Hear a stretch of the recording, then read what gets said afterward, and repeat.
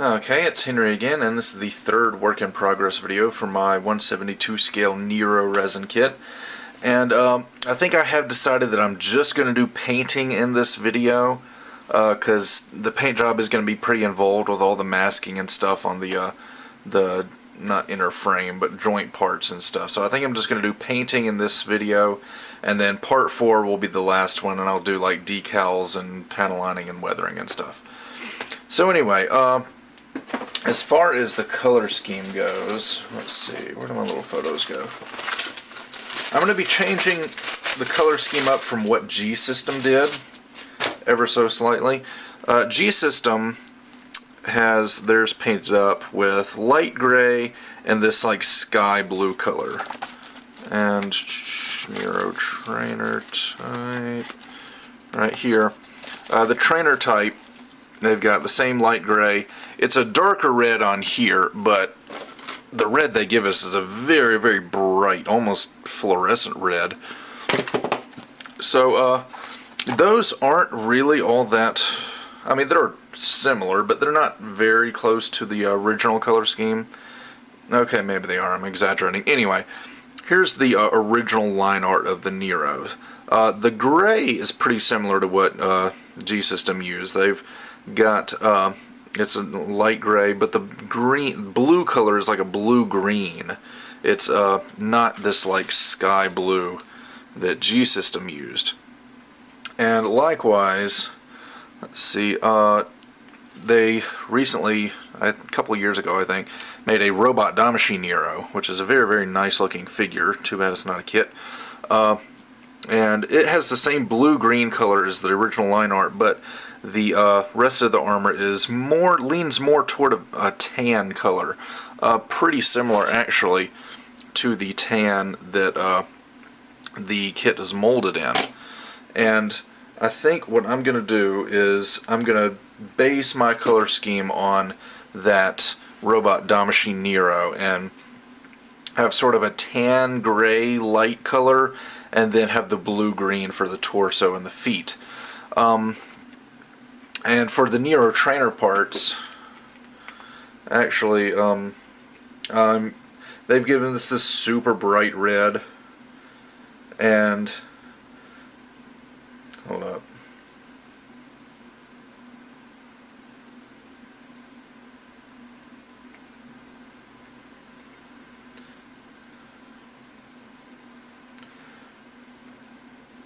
They've given us this super bright red, and with the original line art you see it leans more toward the tan color, and then it's like a dark, almost reddish orange color. So the Nero trainer type is going to be changed up a little bit as well. And that's what I'm going to do. So basically I'm going to stick to those colors, have the dark orangey red color for the trainer type, and then the blue-green for the standard Nero. And then the armor, which will be shared between both of them, I'm going to use like not quite this tan. This is a little bit more tan than I want to use, so it's going to be kind of halfway between this and a light gray. So it'll be a light gray leaning towards tan. But anyway, right now I've already started priming some of the parts and going back and fixing some of the imperfections. When you get some primer on there, you can see like little bubbles and holes and things, and some little uneven areas that might need to be cleaned up. And that's what I'm just doing here. There was a couple parts where I actually had to use some epoxy putty. There were like little, like this is one of the head parts, there was a little dent in the part. I'm not even really sure how that could happen, but anyway, I guess maybe they took the parts out of the mold while the resin was still soft. That's the only way I can imagine it would have happened. But anyway, there's a little dent in this part, so I just filled that in with epoxy putty. And likewise, there was an even smaller dent in this part, and I just filled that in with epoxy putty as well and sanded those down. And now they're ready to be reprimed and start painting. So I'm going to stop here and get to work.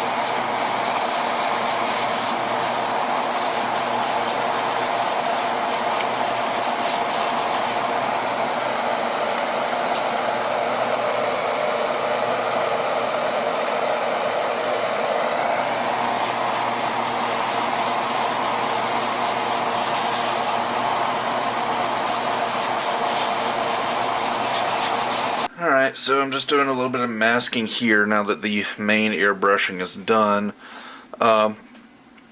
Surprisingly not a whole lot of masking to do on this kit. Basically just like the undersides of the shoulder armor I'm going to be masking. Really I could have sprayed those gunmetal first and then masked off in that area and then painted the tan color. But it's a little bit too deep to really get in there with the X-Acto knife. Like, it's almost a millimeter deep. In fact, I think it actually is a full millimeter, but I thought it was easier just to do it this way.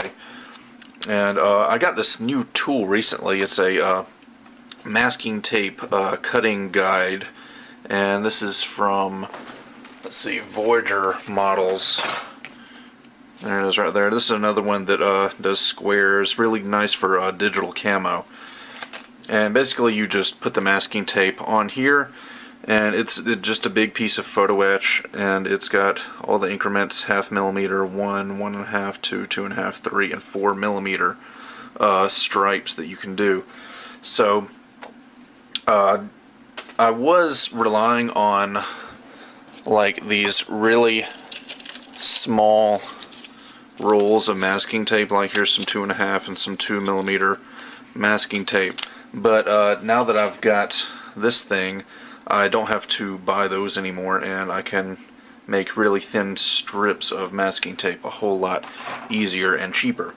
Anyway, so just about all of this stuff that I'm masking and about to spray is all going to be gunmetal.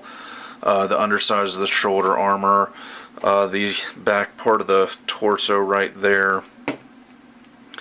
Just some other little miscellaneous things where the two halves connect to the center part of the backpack there. And yeah, just basic everyday masking. Not really a whole lot more to explain.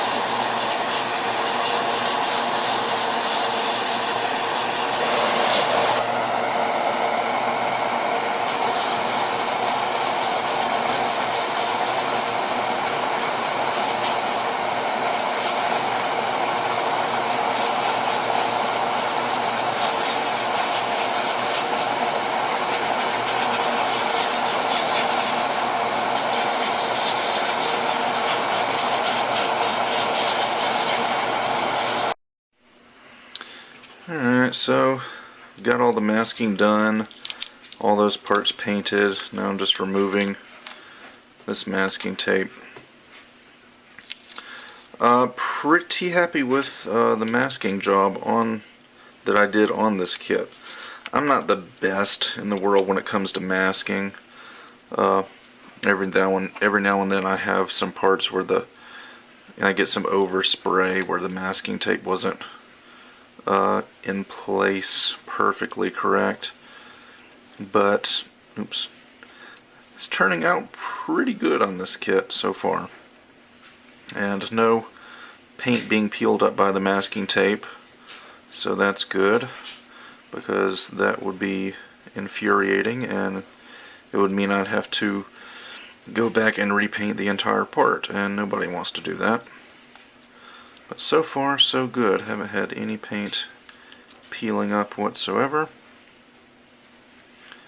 And some people like to use tweezers to remove masking tape from their parts. I actually find it easier to very, very carefully use a hobby knife to get under the masking tape and then just peel it up that way. I find that when I use tweezers to peel the masking tape off, I have more of a tendency to damage the paint job with the tweezers than with a hobby knife. So this is just the way I do it. And so far I'm really, really pleased with this. Starting to get to that point where I'm getting really excited about how the kit is going to finish up, because I do not have a whole lot left to go. Just got to do panel lining, decals, Little bit of weathering, not very much. Then top coat and final assembly. And this long, drawn out project will finally be finished. I forgot that I actually do have a little bit of hand brushing to do. Basically just detailing on the internal mechanical parts.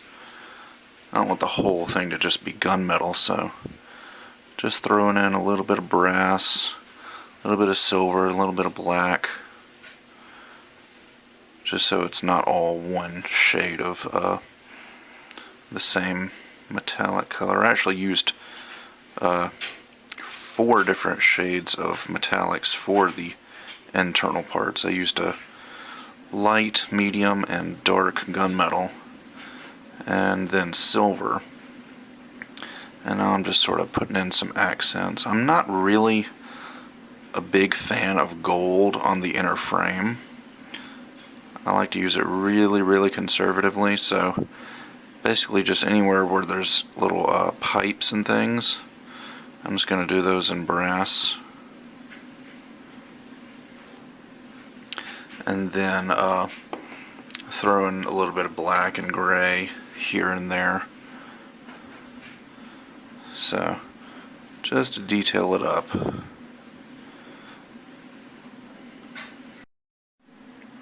Another bit of painting I'm doing is, this kit has a lot of these little circular details.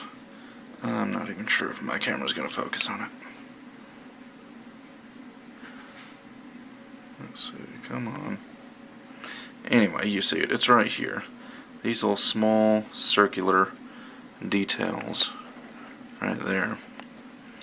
And I originally thought about just replacing all of those with actual metal parts, because I found the metal parts online that are the exact same size as these little holes.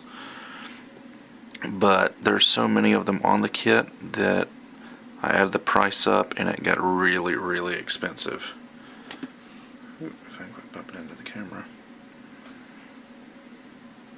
I just don't think my camera's going to focus on it. No, anyway.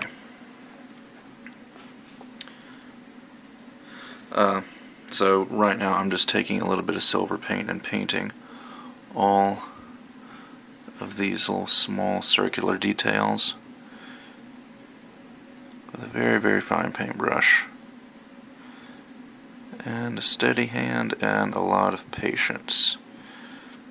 Don't need to rush it, just need to take my time and be very, very careful, and they should all turn out just fine.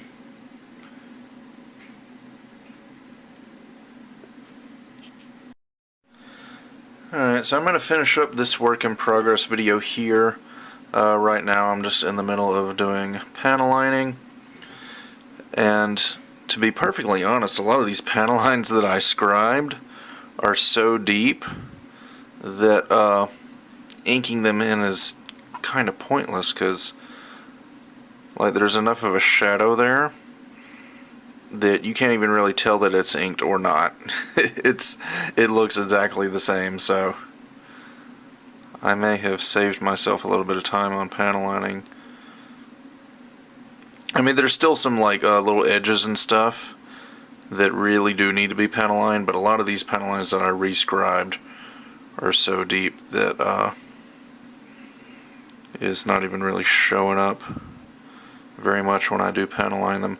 It's showing up better on the red parts, but some of these like tan parts, like that's not even, I haven't inked that in. Like I've done this edge right here, but like these actual panel lines haven't been inked in, and like even if I were to ink them in with a wash, like it's no difference at all.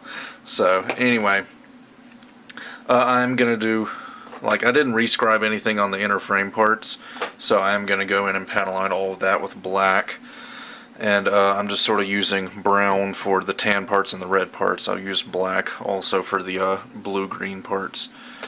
So, that does it for this work in progress video. I'm actually really close to being done with this guy, but I figured this video was long enough already that I'll just split it off and end up doing 4 videos. So, the next video should be up in about a week or so, and at that point, I'll be done with everything. I'll cover decals, weathering, top coat, the photo etch parts, which should be their own little adventure, and then final assembly. So with that, I'll see you guys next time.